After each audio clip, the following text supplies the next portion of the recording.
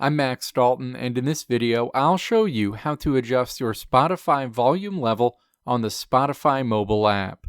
Step 1.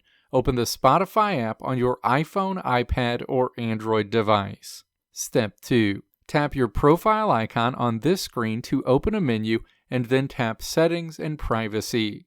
Step 3. Tap Playback in this menu. Step 4. Navigate to the Volume Level section where you'll see 3 options: loud, normal, and quiet. Tap to place a checkmark next to your desired overall Spotify volume level. Your changes will be applied immediately. Please be aware that choosing loud may diminish your audio quality.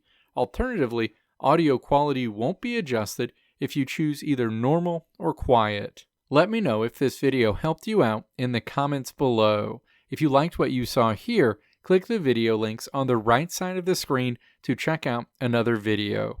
Or click the logo on the left side of the screen to check out my tutorial website at www.maxdalton.how.